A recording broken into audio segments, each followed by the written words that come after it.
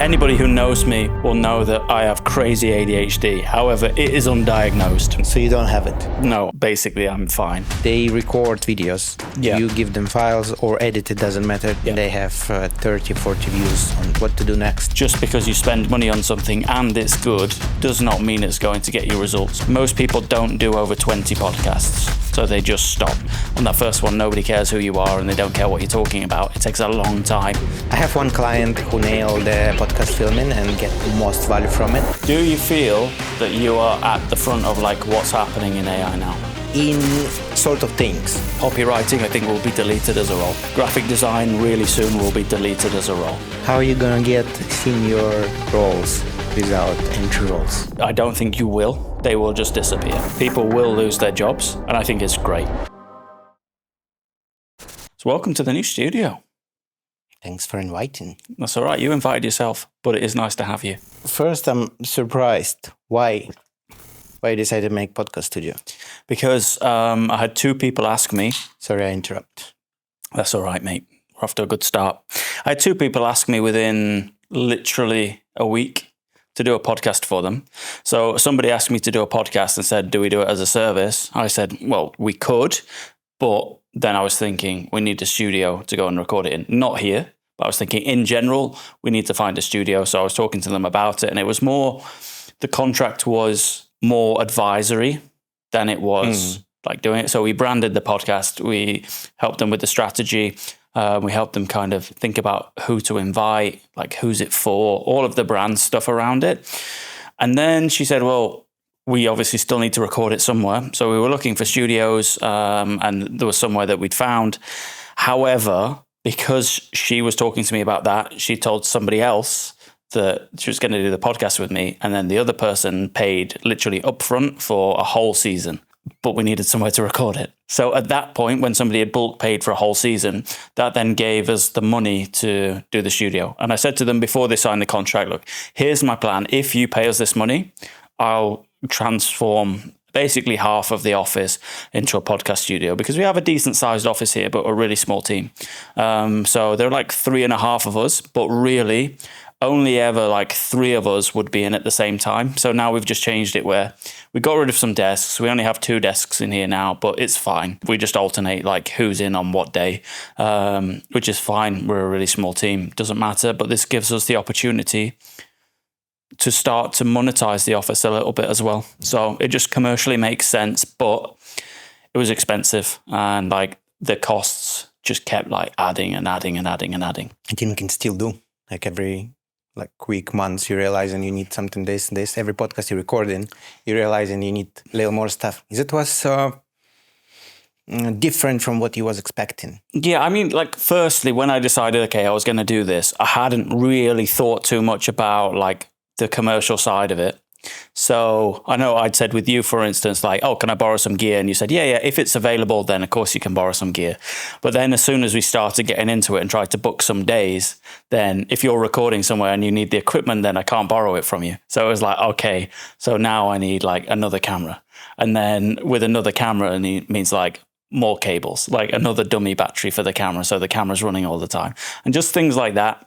I think for me to be difficult, because I don't know like how this stuff works, but I think it was more just finding out like, okay, everything that I thought I could probably use for it all of a sudden didn't work. I have these lights, but I don't have the right like bulb for it.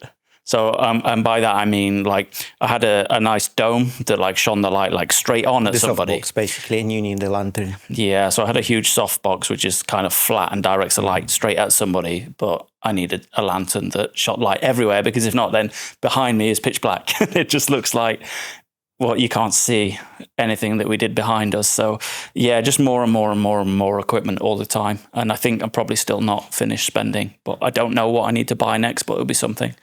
And you was lucky. You have me.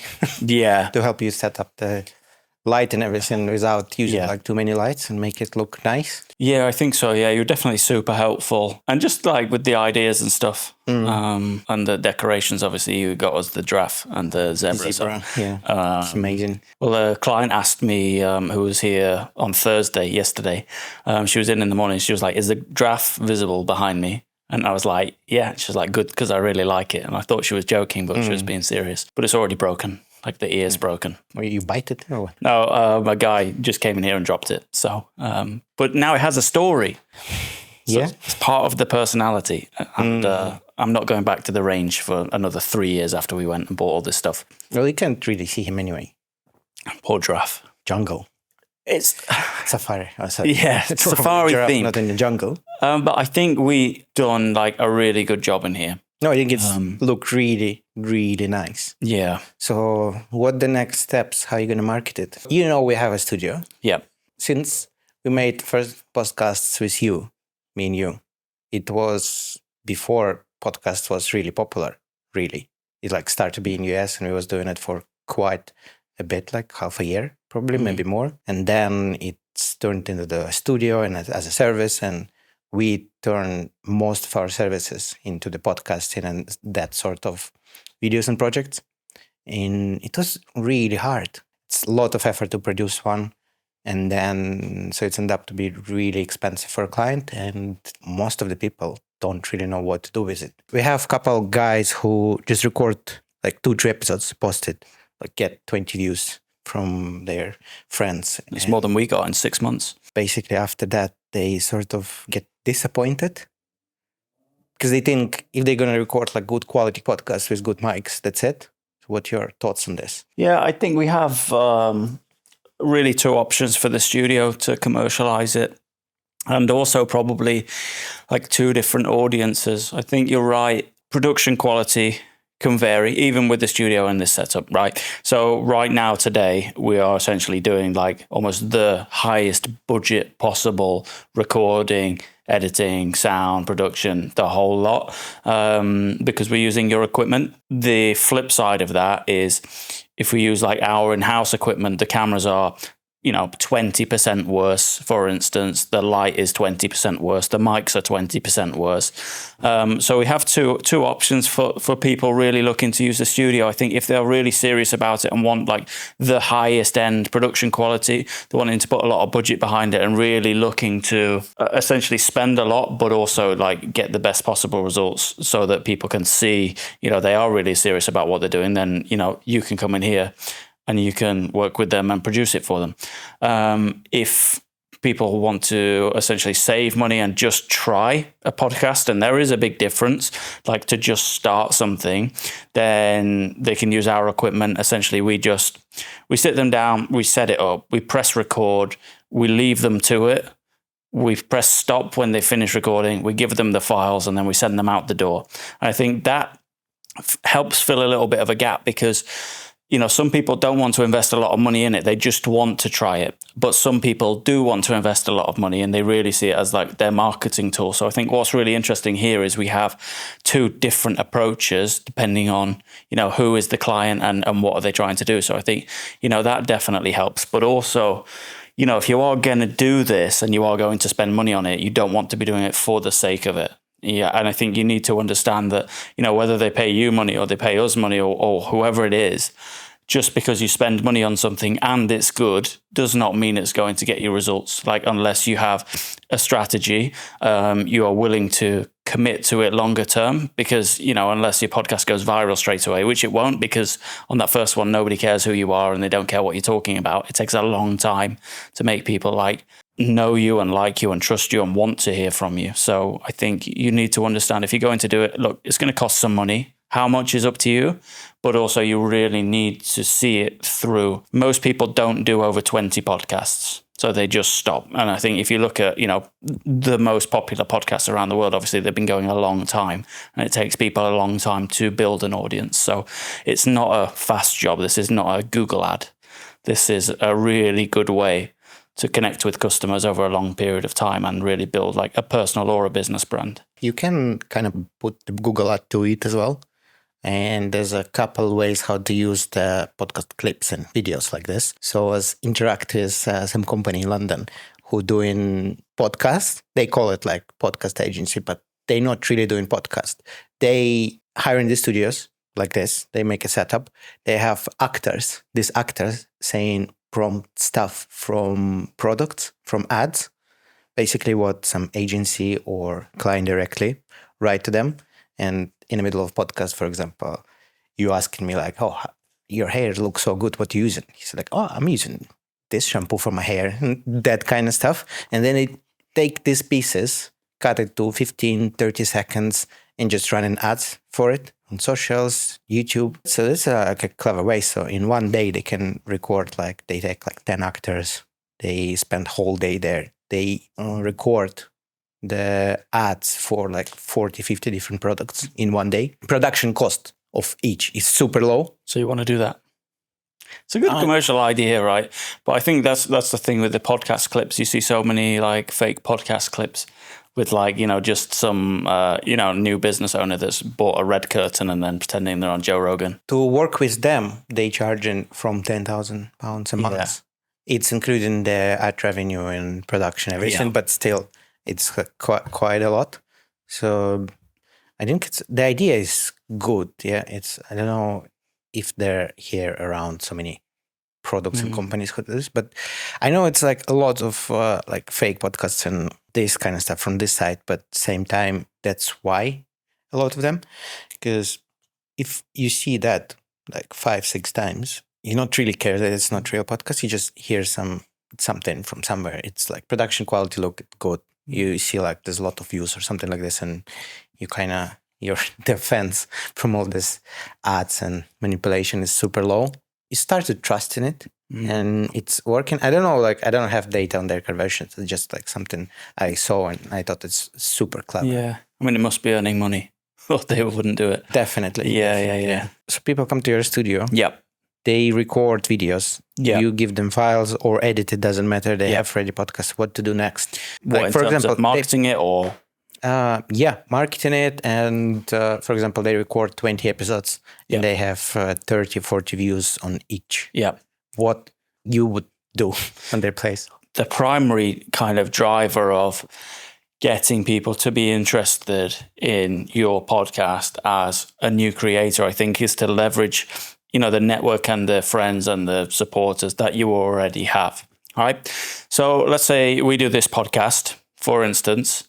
We know how we will market and share this podcast. So people are going to see it. Like if I'm looking at you, I'm not looking at you because that's you. But if you are on this podcast right now, you have seen this because me or Ed have shared it on LinkedIn and on Instagram.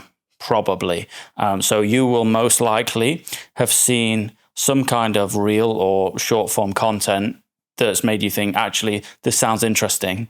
Let me go and watch this podcast and see what it's about, because you know from that clip that we're talking about podcasts, most likely. So I think you need to ensure that you're like getting the most value from the content that you've already filmed. If you are filming a 1 hour, a 40 minute, a 2 hour, whatever it is, if you're filming that podcast and you're not breaking that down into shorter clips that you can use to market the podcast and to try and get people interested in clicking on the podcast and either listening to it or watching it, then you're wasting your money and your time. Because nobody is going to, like, without any context, go and search for your podcast unless it's super niche. Let's say you were into watches, for instance, and it was some watch mechanic podcast or something like that.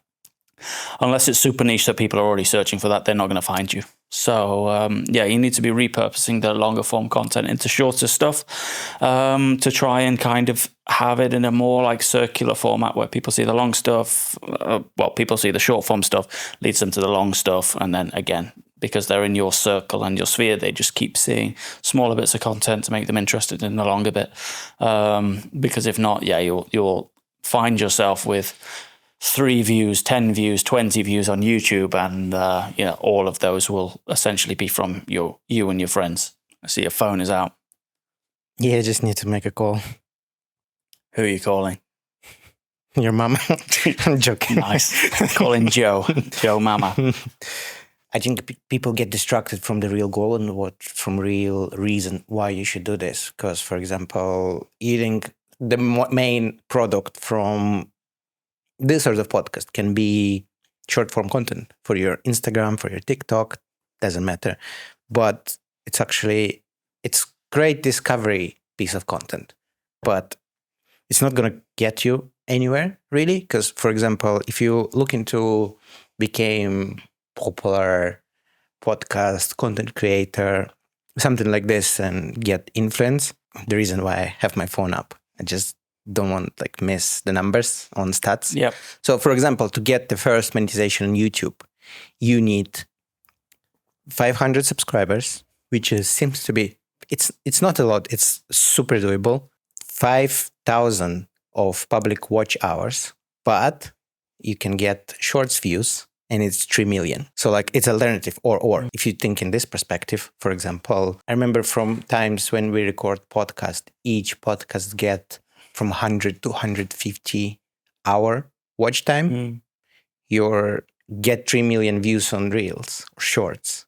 It's quite ambitious from the get-go, from the beginning. This, for example, short form can be great discovery content on some topics, or like if you're really charismatic or you're funny. But the main train, I would call it a train, would get you there is the long-form content. And this is still showing, because like YouTube usually advance in everything and they have all the data, but they still keep in this rule, which is kind of showing this is super important. The long form is super important, and your short form is just pieces for promotion. Do you think that's because of YouTube's monetization, though? Oh, because if you're scrolling through reels and then you get a 10-second ad every whatever that you can scroll past versus a 30-second ad that you're trapped in, and that's coming every 10 minutes. Yeah, plus imagine when you're watching podcast, you probably remember like the main thoughts from it, the main topics. When you scroll in reels, can you tell me what shorts or reels you was watching this morning? You showed me a reel just before we started. Do you want to talk about that? I think what you talked about and touched on is like the strategy of what. I think that's something that you spoke about earlier, not just now, but earlier. And you said about the strategy behind why you're doing it. I think that's something that's really important for people to like think about before they start, because you said around like, building a personal brand is really good. Being known as like a niche creator is really good. But like, what things do you think then are good reasons for somebody to start a podcast? Like, what could they get out of it, and why a podcast rather than, like standard video or something else? One of the great reasons can be is your network. Because when you have a podcast and it's good looking, doesn't matter really how much views you can get. You can reach out to certain people what won't talk to you for like a couple hours without this reason. But if you invite them to the podcast, you press on their ego a little, and it's nice to be invited to somewhere, and you can reach out to some SEO, or you can reach out to influencer or famous person who wouldn't talk to you, and spend good couple hours with them, talking, asking questions. That's one of the reasons. Expand your network.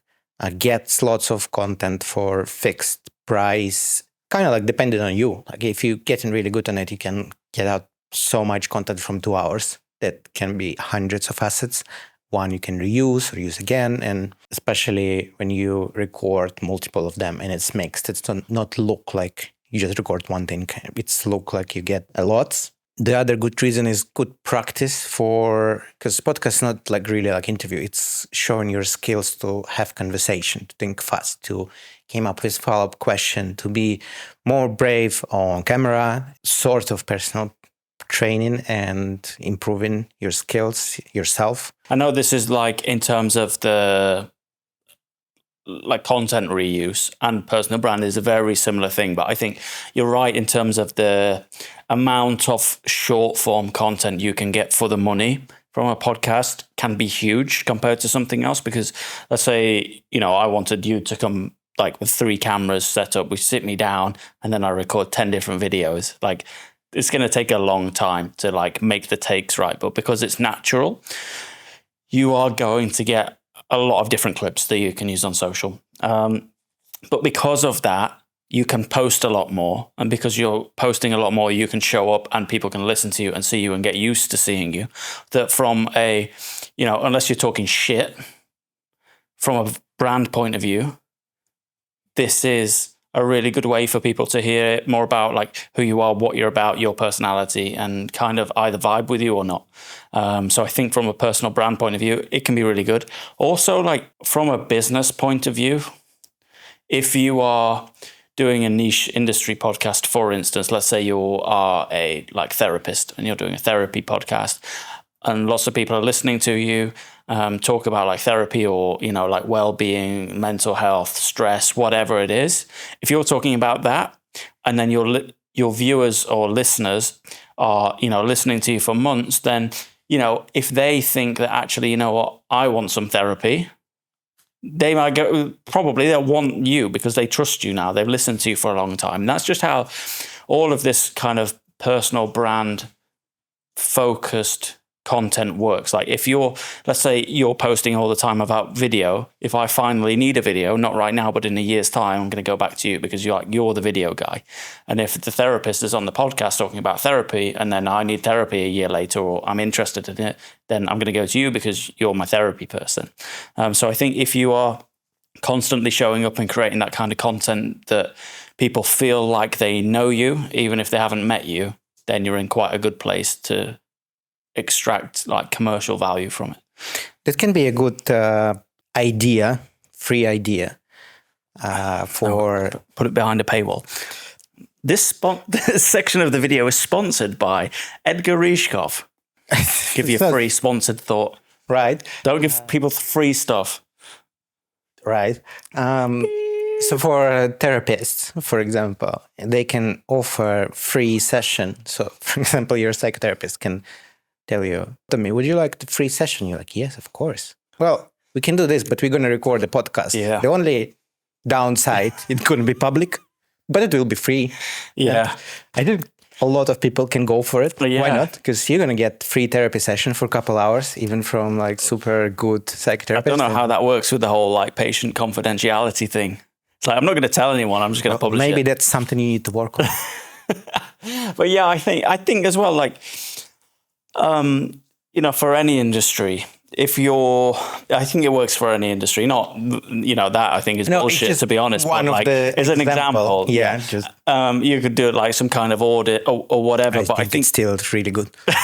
But if you're talking about your sector often, right?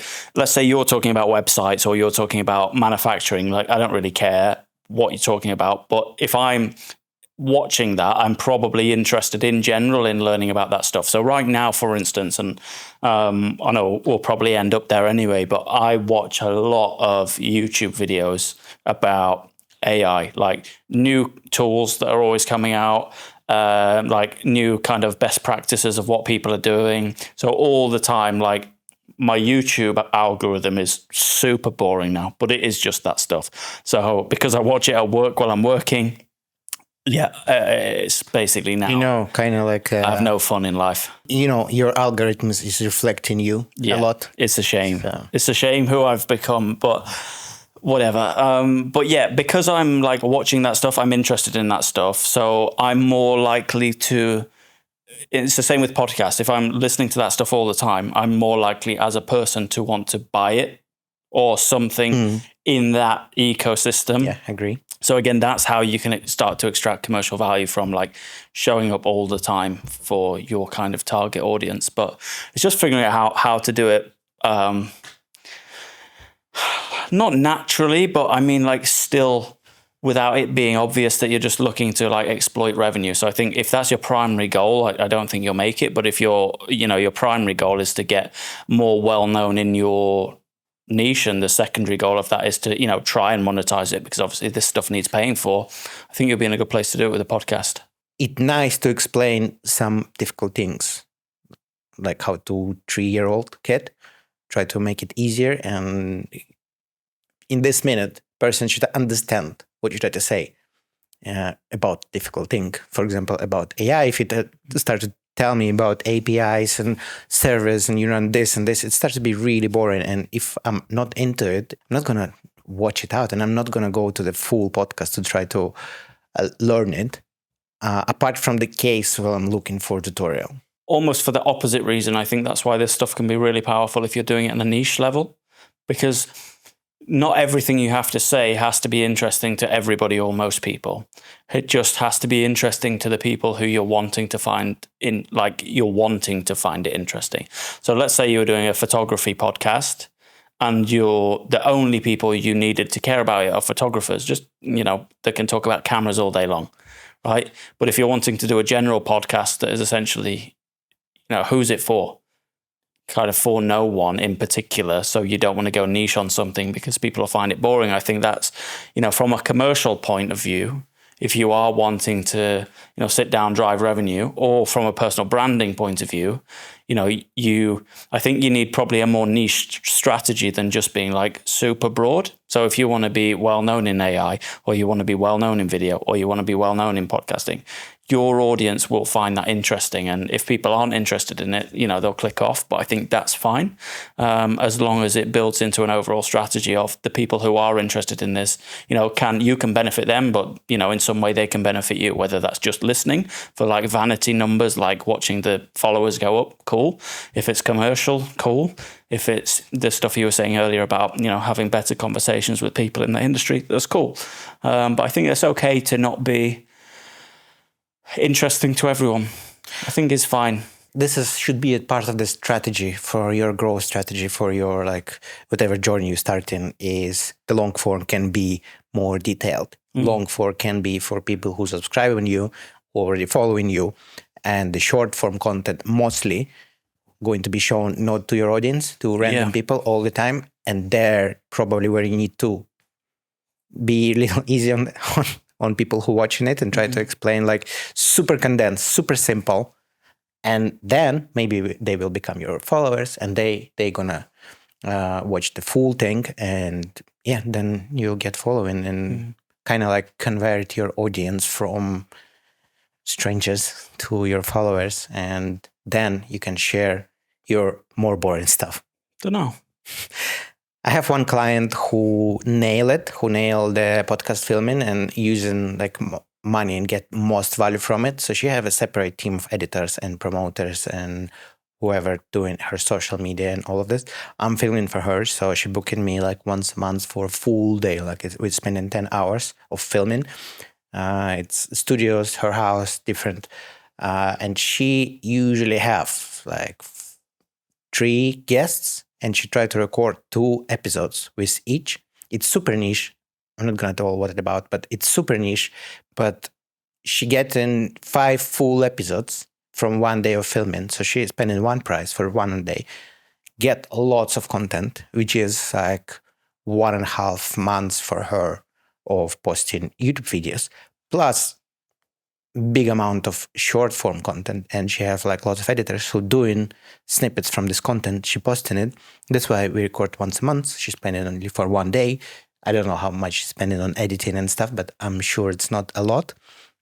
And she have quite big following, and that's the main thing she's doing in her life, which is I think that's super amazing. And I think it's a great example for people who don't know if they should spend amount of money on filming and what they're going to do with this. Try to utilize it. Try to optimize your production. Try to invite more guests. Record, if you can't invite more guests, record 2 episodes with each guest on different topic in your niche or field you're expert in or your guest expert in, and then stretch it through couple months. You'll definitely need to probably good social media team or spend lots of time on your own. But this is the great route to not drive you crazy and obsess with content.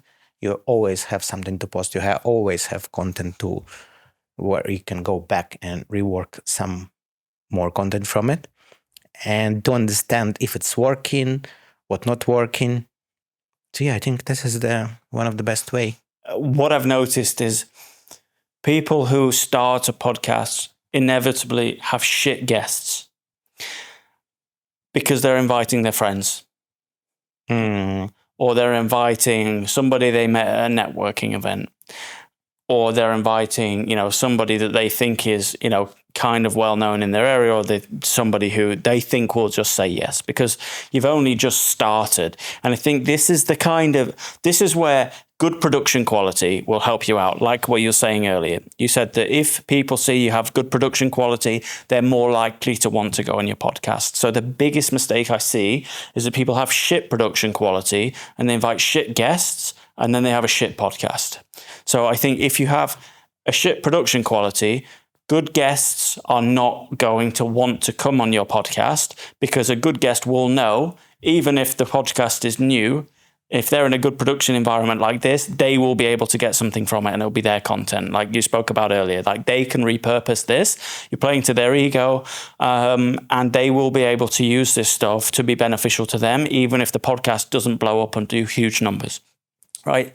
So if you invest in this, you have a good production quality, you can attract better guests. But like I say, what I see, and something to be, really cautious of if you are looking to start your own podcast, is don't just invite crappy guests. Be really, really, really tactical about who you invite.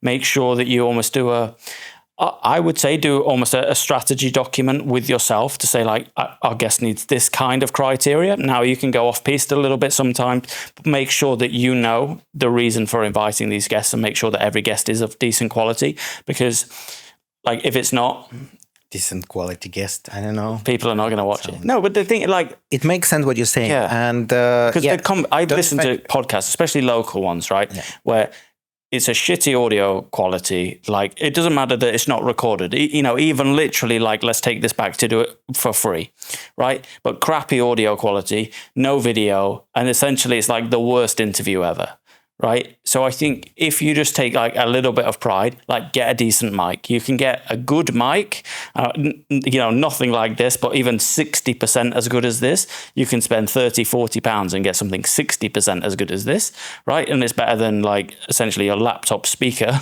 But it's like, take a little bit of pride, make the audio quality like as good as you can, the production quality as good as you can, and just make sure that, you're being really self-reflective. And like, ask people who you know not to come on your podcast, but to be brutally honest, like, is this good or not? And how can you make it better? Because I see people essentially doing the same podcast format with the same kind of guests, with the same kind of production quality. And like, their podcast kind of just is flat.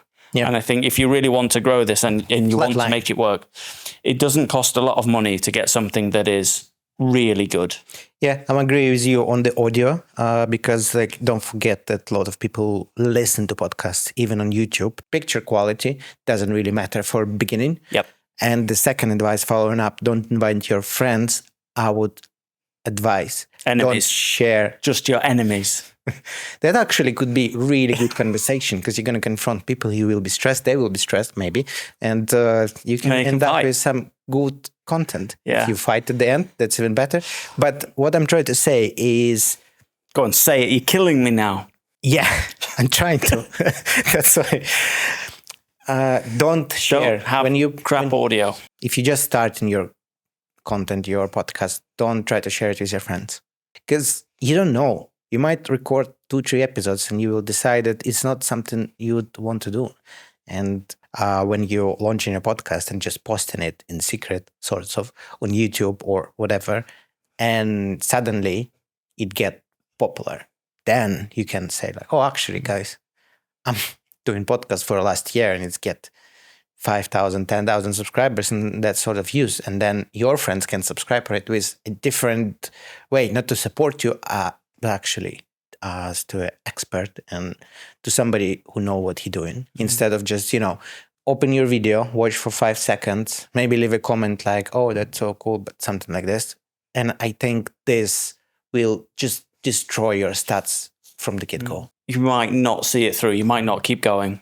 And I think that's fine. It's not for everybody. But what I would do if you are having a professional podcast, like done by somebody like us, is as a client, if you're going to start a podcast, like release maybe like 3 episodes at once. So you have like on your Spotify or your Apple Podcast, wherever it is, on your YouTube, people have stuff that they can go and listen to. Essentially, if they like the first one, they can go listen to the second one. If they like the second one, then they have the third one. And I think that then, if you have 3 episodes or 2 episodes or something published, Then after that, if you've recorded more already, then you can start to, drop them once a week, once every 2 weeks, whatever you want to do. But I think that helps take the pressure off a little bit. And the strategy behind that is you will know after 3 episodes if podcasting is kind of something you're interested in or it's not. Not that you're any good, not that you're a good host, not that the podcast is good yet, but you will know whether or not you want to continue with it. You'll be able to see the edits come back, maybe some social content come from the reel, like from making some reels from the long form podcasts. And you'll be able to see, like, does this look like it's the kind of thing you were expecting? And if it is, then I think it gives you a good opportunity to kind of double down and like create more and more and more.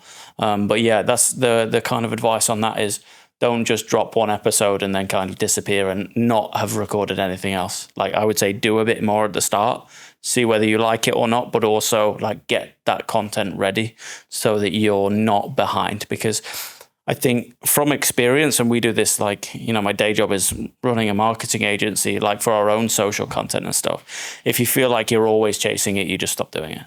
Like, you want to be like in control and have that stuff, like you're saying, ready to post and ready to go whenever it's needed. Talk to me. That's all I can tell you. I sort of agree with you. Do you think that you suck at AI or not? Because I see people who do suck at AI all the time. I saw somebody on LinkedIn the other day. Let's do the definition, suck at AI. Right. What that means? Do you feel that you are at the front of like what's happening in AI now or not? I think in sort of things. So, for example, image generation, video generation, I would be ahead of you. Yeah. If, for example, I need to code something, probably not. Design, mostly not with AI. Using the language models, probably about the same. We have different ways for using it, but super good. I don't know if I can expand it apart from some automations. Yeah, Do you want me to break down on anything of this? No. Fair? No, I want to sit. I'm saying this because, for example, recently I was asked by my friend an advice how to generate video, and I tell him like step-by-step instruction, what to do, what services to use, free or with subscription, like different options. He spent a couple days on it, and he sent me like, oh, that's best I came up with. I tell him like, oh, let me try it. 20 minutes after I have for a ready result for him is like way better than he done in couple days, and this guy is like super on top of AI, but in different things. That's the reason why I'm saying it. I think it's because the field, I'm an expert in photo, video and everything. It's easier to like make prompts and understand how things work and what to change, what to edit. But for example, it's work less in design, it work less with coding and understanding some UI stuff. Obviously, there are a million different things you can do with AI, but I think people in general are really behind and they don't know it. People are overwhelmingly like using AI like Google search but faster. I don't think people understand the extent of how helpful it can be. And I don't think that people understand that it's not just a chatbot, that AI can like physically go do stuff for you now. And that's the difference. Sort of agree to disagree.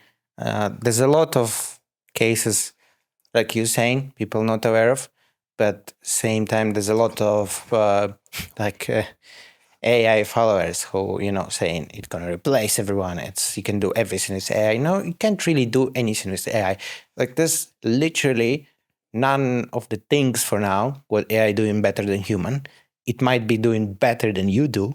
I think with your stuff, right? You're in video. Video is still not as advanced as like the coding side and and the content writing side and research. I see all the time people taking photos of posters and stuff like that people have obviously generated with AI.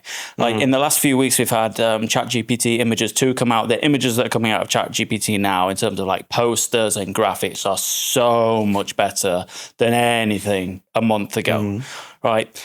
So people can make really nice looking stuff now, like from home, who aren't a designer, and they can do it. And like my whole job is design, right? Everything that I do is like brand and design. So almost all of our income is like through web stuff and branding projects. So all of that is customer facing, brand led, like we need to look good, credible, premium, whatever it is, helping people do that. So like, if anything, I should be telling you like, no, AI is not going to be doing it. Like we're better, blah, blah, blah. Right. But I see people taking photos of like posters and then saying like, what, you think this is going to get customers like coming into your shop or whatever?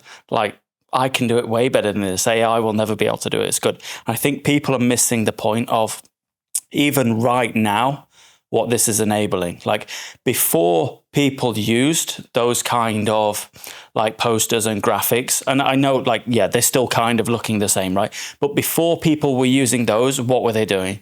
It was like some manager or something writing a note like in Microsoft Word, turning the font size to 100, centering it all in the document and writing like, we are closed back in 5 minutes, or like 2 for 1 on this product, and then sticking it in the window of their small shop. So the fact that already AI is enabling people to do like better quality stuff, even if it looks a bit samey, is like a really, really, really good thing for that consumer or that business owner. And I think that people, especially in our industry, are super elitist, that everything needs to be perfect. Everything needs some like mad creativity and strategy behind it and a person who's put soul into it. When the reality is that customers just need stuff fast that they can do. And I think people are really missing the point with all of this stuff, that it might not be, like you say, as good as a human can do. And I think I disagree on especially like coding stuff and writing stuff, to be honest. But it might not be able to do it as fast as a human can do it, or as good as a human can do it, but it can do it faster, it can do it cheaper. Yeah. And I think people are really missing that not everybody needs a branding expert. Like for a startup who's just started out, let them use AI to generate images, let them use AI to generate content, let them use AI to generate a website. Like we are dropping the barrier to entry for people to start businesses by so much with this technology. And I think people feel really threatened by that. And I think it is great as somebody who, you know, although my day job is running an agency, I'm involved in a lot of different businesses and a lot of different stuff. But as my primary role is like business owner, like this is phenomenal. Like the change of pace now, enabling us to do stuff so much faster, so much quicker. And to be honest, in a lot of cases, a lot better than we were doing it a year ago with AI. Like this is an amazing time to be running businesses. And I think that because people feel so under threat that their job is about to be taken, they're like kicking back and saying that, no, we need to keep like the human soul in it. And to be honest, the AI has been trained on the human soul. Like everything that humans have been doing is what's been fed into this. So I personally think now the tools are available right now to replace almost all entry-level marketing jobs, coding jobs, copywriting jobs. Every entry-level role is pretty much, I think, being deleted. And I feel really skeptical and sorry for people in our industry, for instance, who haven't latched onto that and like deleted those roles. How are you going to get senior roles without entry roles? All of the, I think, 5 years from now. I think like in terms of copywriting, I think will be deleted as a role. Graphic design really soon will be deleted as a role. So I don't think you will. They will just disappear. And I think it's great. People will lose their jobs, but people have been losing their jobs for fucking hundreds of years. Like we're not complaining now that the guys who used to put the shoes on horses don't have a job anymore. So I think it is what it is. Tech advances, but in terms of like, you know, ruthless capitalism, like it is amazing what this can. You kind of proving what I'm saying. You doing now more efficient job than you was doing a year ago. It doesn't mean that somebody who just open GPT Images 2.0 is doing better job than you, or about the same. You know what I mean? It's same. It's kind of like aligning with the example I gave you about my friend with the video generation. It's kind of like, I can do this, and the technology is there already. You can create like video generated thing. It just it's tech is there. We offer the service of generated video for probably a year now. We don't have much interest in this. People just not buying it. A lot of companies, a lot of brands just don't want to be involved with AI for now. And because stuff like movies and ads and filming, there's like lots of, it's the whole industry of sort of art. Yep. And in these sort of projects, in this sort of industry, important is output, not an efficiency. So there's a lot of improvement with VFX and stuff. It's going to cost much less money with CGI, with graphics, and expand what people can do. But I think actors, influencers are good. And I want to say like people want to follow people, but at the same time, there's a lot of AI influencers and you can see thousands of people just subscribing to them and don't even understand it's an AI. I'm going to replace someone, but mostly the creative field, safe if you're up to date to everything. Give it 2 or 3 years, for sure, we don't have a reason to exist, and we won't exist because we will be replaced by AI in the day-to-day role of what we're doing. Obviously, like things like a podcast studio, yeah, cool. That's good continuity because, like, if you're a human and you want to like share stuff with people, you need this. So, like, video capture as a service, I don't think will go because it'll only be the inauthentic stuff, like creating a model with AI. But like everything, I think across industries will go, apart from like service providing, hospitality, entertainment. I think that for sure will stay more human, but everything in marketing, I think, has almost no logical reason to stay with the rate of advancements in AI. I think why I would not agree with every word you're saying is... What are you talking about? I pay you to agree with everything I say. It's not enough, obviously. I was dying for the first half an hour. It's gone. Everybody try to push AI in everything. What even don't need AI. When you start in a business, your first is like, what problem you solving? Why are you doing it? And for example, if you want to generate video of pigeons, we don't have problem with pictures of video of pigeons, you know, like, and some of the things like we don't have problems with this. And for example, to record a podcast, if you're good in talking, in conversation, it's much easier than to try to generate and try to make it look. It's going to cost you probably more, or it's going to take more time, or look not authentic enough. And if, for example, you're not good in it, why you try to doing the podcast? If you can't talk on the camera, if you can't have a conversation, why you try to fake it with AI and make your like AI twins to solve what problem, you know? What you're actually saying is AI isn't ready right now. No, to do more broader problems, or do you think AI is ready? I think not all problems need AI solution. Yeah, writing in English is taking more time for me as not my first language. I'm writing it in my original language, and it's translated with because I feed it all my emails what I'm writing, so it's kind of like giving the same style. Not create answer for me. I'm writing, for example, answer to this person, this, and it's doing it, and I'm sending it straight away. My Gemini's screwing me over on emails because there's like I have a lot of long-term clients. And the way that I will email like a long-term client is like, let's say a new prospect comes in and let's say they're called like Stephen. So let's say they're saying, oh, I'd like a website. And it's like, hi, Stephen. Yeah, it'd be great to hear more about your website. If you can let me know if you're free for a call like next Tuesday morning, I'll give you a call. Thanks a lot for reaching out. Speak soon, Tommy. Like something like that. But then because I have so many long-term clients where I'm like, hey, asshole, website nearly finished. How are you? See you later. Love you. And then with the Gemini response for this new Stephen guy, it'll be like, hey, asshole.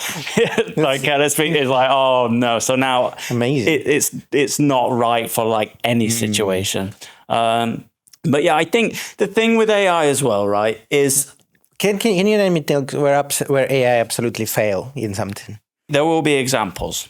Right. No, I'm not going to. I'm going to do like a politician. Customer support. Maybe customer support. Like there's absolutely every company now have AI customer support, and it's absolutely useless. We have with our doctors. So anybody who knows me will know that I have crazy ADHD. However, it is undiagnosed. Right. But finally, I got to the point. So you don't have it? No, I'm fine. But finally, I got to the point where I was like, actually, maybe now it is kind of starting to ruin certain parts of my life rather than it just being amazing for everything. I went to ring up the doctors and it's like an AI assistant. And it's like, no, no. So yeah, it just really frustrates me. The delivery services, AI answer, it's so bad. But here's my point. Listen to me now. Listen to me. Like, AI has been here for like 3 years. It's more. Right? You know about like, 3 years. It's been more. No, but really, like consumer, like this was what, 2022? Yeah, late 22. Like it's been here really 3 years that consumers have kind of been on it, right? And that was since ChatGPT dropped and everyone's like, holy shit, this actually can be helpful, right? So let's say it's 4 years, right? Imagine what phones looked like 4 years after they came out. Yeah, but same time, imagine phones now and phones 4 years ago. Yeah.